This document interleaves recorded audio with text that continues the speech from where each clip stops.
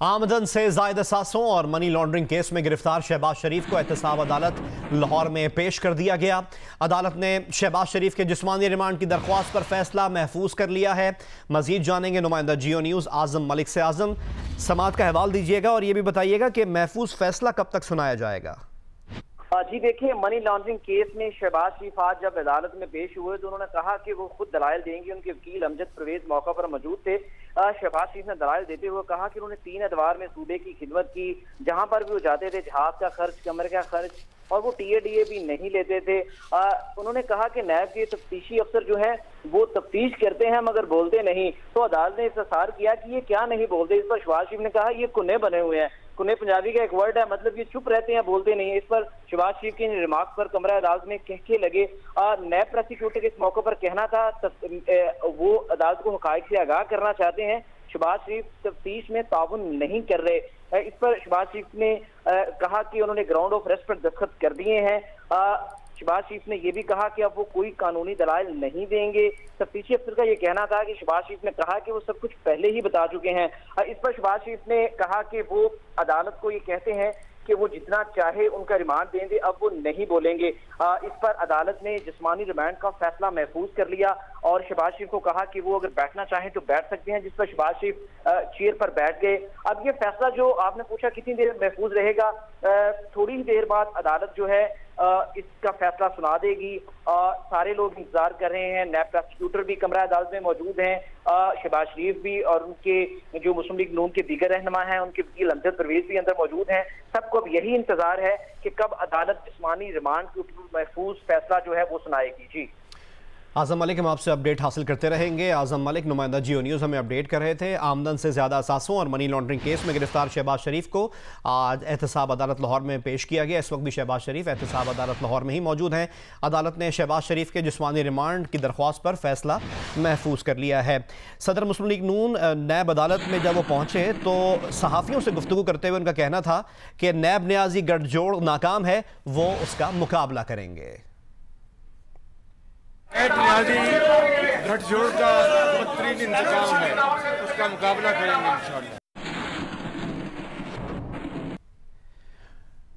नून league के रहनुमा जावेद लतीफ ने कहा है कि नून लीग गिरफ्तारी पर एहतजाज नहीं करेगी, अपनी जात के लिए लोगों को सड़कों पर नहीं लाएंगे। मुस्लिम लीग नून की तर्जुमान मरियम औरंगजेब कहती हैं कि शहबाज शरीफ की गिरफ्तारी का फैसला हैरान कुन था। एपीसी के फैसलों को मफलूज करने, गिलगित बल्तिस्तान और बल्दियाती इलेक्शन में धांधली करने के लिए शहबाज शरीफ को गिरफ्तार किया गया। मरियम औरंगजेब ने यह भी कहा कि फॉरेन फंडिंग केस 6 साल से ताखीर का शिकार है। बिलियन ट्री सुनामी और अलीमा बाजी की बेनामी जायदादों का कोई नहीं पूछता। गिरफ्तारियों पर तो हम एहतजाज नहीं करेंगे।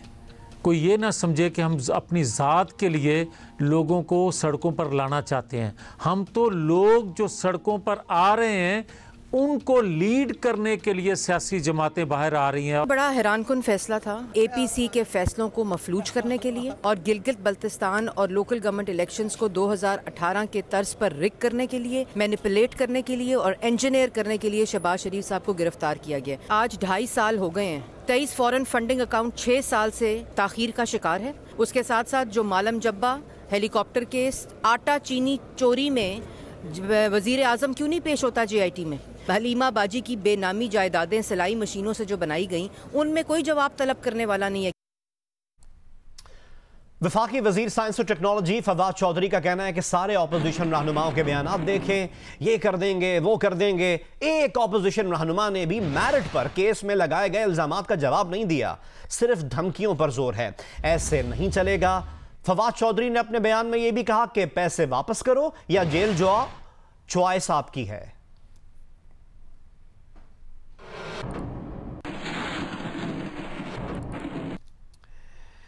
और अब आपको बताएं कि वज़ीर आला पंजाब सरदार उस्मान बुज़दार ने नून लीगी MPS से मुलाकात में इजहार ख्याल करते हुए कहा कि माजी के हुक्मरानों ने वन मैन शो के जरिए तमाम इख्तियारात अपनी ज़ात तक महदूद रखे।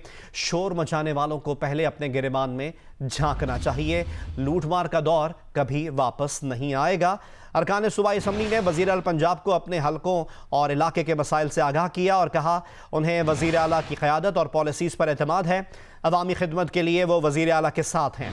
मुलाकात करने वालों में चौधरी अशरफ अली अंसारी, गयासुद्दीन, फैसल खान और जलील अहमद शरकपुरी शामिल थे।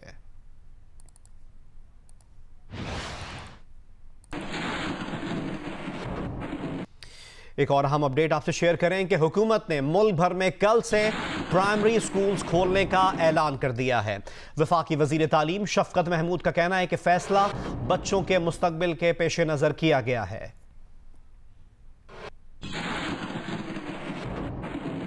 जो फैसला हमने आज किया है ये पाकिस्तान के बच्चों के लिए सबसे अहम फैसला है। सबसे ज़्यादा तादाद तालिब इल्मों की प्राइमरी सतह पे है कि जितने भी पाकिस्तान के प्राइमरी स्कूल हैं वो इंशाअल्लाह ताला कल 30 सितंबर से खोल दिए जाएंगे।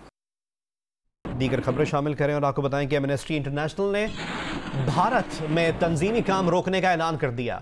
एमनेस्टी इंटरनेशनल का कहना है कि भारतीय हुकूमत की इंतकामी कार्रवाई की वजह से मजबूरन काम रोकना पड़ रहा है। भारतीय हुकूमत इंसानी हुकूक की तंजीमों के खिलाफ कार्रवाइयों में मसरूफ है। भारत में इदारे के तमाम बैंक अकाउंट्स भी मुंजमद कर दिए गए हैं। भारतीय हुकूमत ने इदारे को भारत से तमाम स्टाफ निकालने पर भी मजबूर कर दिया है। भारतीय हुकूमत ने इदारे को तमाम काम रिसर्च वर्क भी मुअत्तल करने पर मजबूर कर दिया है। एमनेस्टी इंटरनेशनल इंडिया के सीनियर ऑफिसर रजत खोसला ने बरतानवी नशरियाती इदारे से गुफ्तगू में यह भी कहा कि भारत में हमें गैर मामूली सूरत हाल का सामना है। एमनेस्टी इंडिया को हुकूमत के इंतहाई मुनज़्ज़म हमलों, धौंस, हिरासानी का सामना करना पड़ा। भारतीय हुकूमत के ये इक़दामात इंसानी हुकूक के लिए काम करने की वजह से हैं। डायरेक्टर एमनेस्टी इंटरनेशनल इंडिया का यह भी कहना है कि भारतीय हुकूमत दिल्ली फसादात और मकबूजा कश्मीर में इंसानी हुकूक पर हमारे सवालात के जवाब नहीं देना चाहती।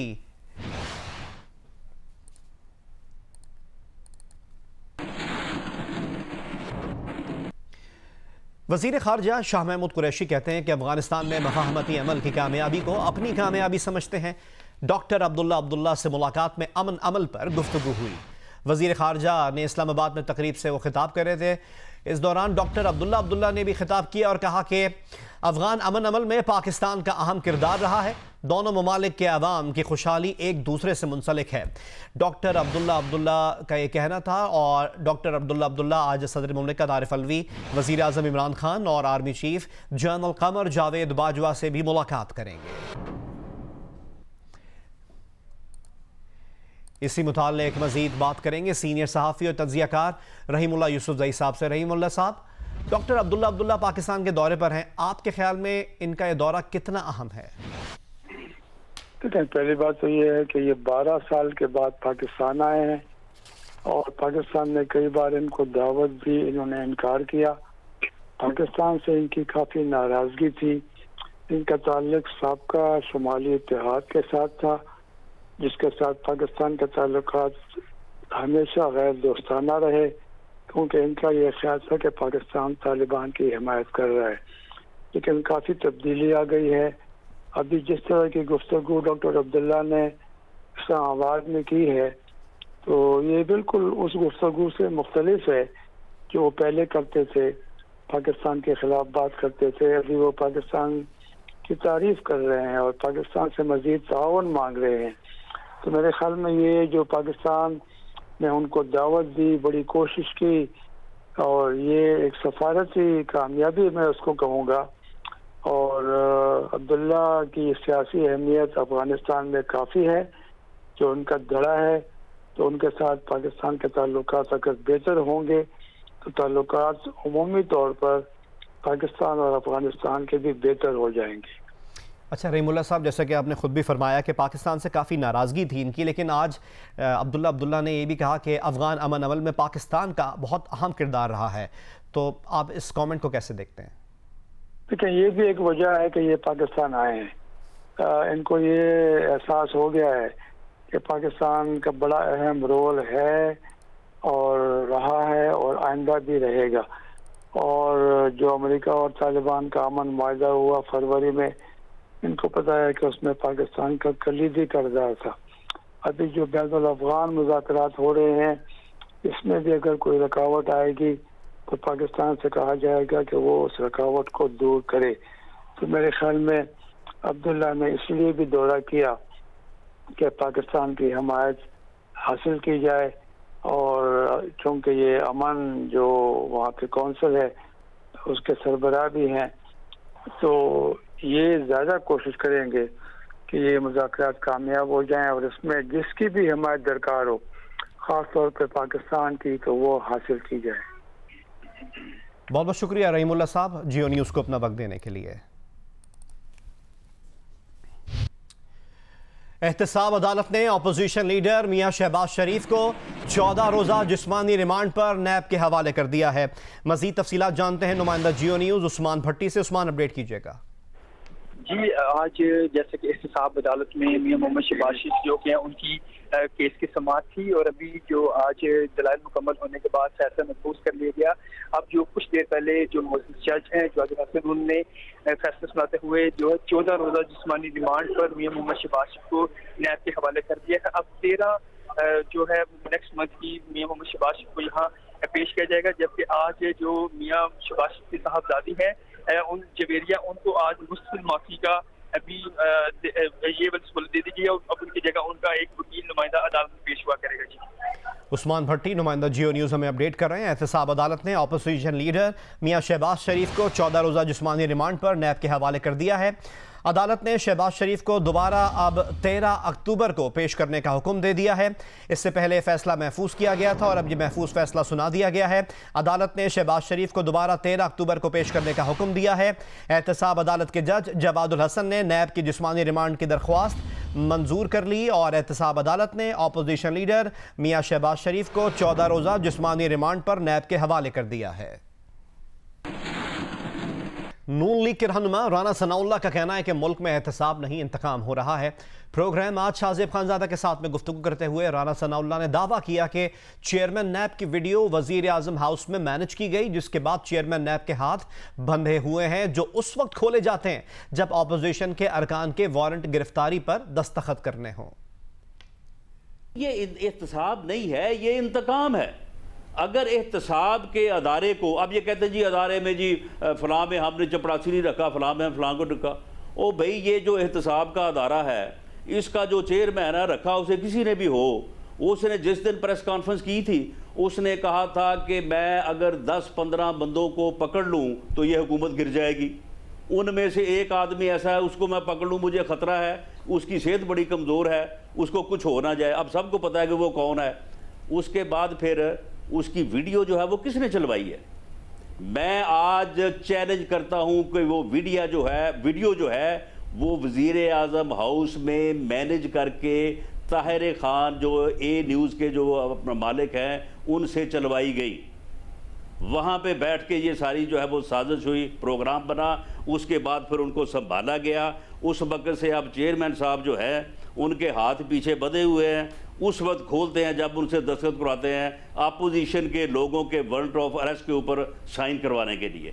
उसके अलावा नैब कुछ नहीं है। नैब कोई अदारा नहीं है, कोई इंडिपेंडेंट एजेंसी नहीं है। लगे इनके दौर में थे, सिर्फ एक हथियार है हुकूमत के हाथ में, शहजाद अकबर साहब के हाथ में, अपोजिशन को जो है वो अरेस्ट करने के। वफाकी वजीर फवाद चौधरी का कहना है कि इदारों की आईनी और कानूनी जिम्मेदारी है कि वो हुकूमत के साथ खड़े हों। इदारे अपनी जिम्मेदारी पूरी कर रहे हैं। प्रोग्राम आज शाहजेब खानजादा के साथ में गुफ्तगू करते हुए फवाद चौधरी ने अपोजिशन को मशवरा देते हुए कहा कि चीख पुकार के बजाय अपना हिसाब लगाएं और प्ली बार्गेन करें। पहली बात यह है शाहजेब साहब कि इदारे जो हैं 1,70,00,000 वोट लेके पीटीआई आई है और जो भी हुकूमत आएगी, इदारों की एक आईनी कानूनी जिम्मेदारी है कि वो हुकूमत के साथ खड़े हों और इदारे अपनी आईनी और कानूनी जिम्मेदारी पूरी कर रहे हैं, वो हुकूमत का हिस्सा है। ये कहना रोज इदारों के ऊपर दबाव डालने का, ये तो जो आर्टिकल 6 है वो क्या है, वो है ही ये। और दूसरी बात जो प्राइम मिनिस्टर साहब ने की है वो बिल्कुल अभी भी आप देखिए जो राना साहब ने बात की है, एक ये हवा में मुक्के चला रहे हैं। जब तक आपके पास ना तो इस कैबिनेट का ना कोई इसका कोई आपके पास एविडेंस है, ना आप लोगों से कोई केस बिल्ड हुआ है, आप लोग रोज आते हैं 2 टीवी प्रोग्रामों पे ये कह के लुट गए, मर गए, बर्बाद हो गए और क्यामत आने वाली है। वो लोमड़ी की तरह जो डूबने लगी थी तो उसने लगा कि क्यामत आ जाएगी। आप उस तरह का बिहेव कर रहे हैं। आपको लग रहा है कि चूंकि हम डूब रहे हैं तो पूरी मुल्क डूब रहा है। कुछ ऐसा नहीं हो रहा। मुल्क इंशाल्लाह बिल्कुल ठीक है, इदारे बिल्कुल ठीक है, हुकूमत बिल्कुल ठीक है। आपको मेरा मशवरा ये है कि बजाय ये चीखो पुकार करने के, रोजाना आके रोने पिटने के, आप अपना हिसाब लगाएं, अपने प्ली बार्गेन अप्लाई करें। हमें शौक नहीं है आपको जेलों में रखने का। अगर आपने सियासत करनी है, आप अपने जो लीडरशिप है जिसके ऊपर इल्जामात नहीं है उनके साथ आप सियासत करें। जिन्होंने पैसे वापस करने आप पैसे वापस करें। अल्लाह खैर से।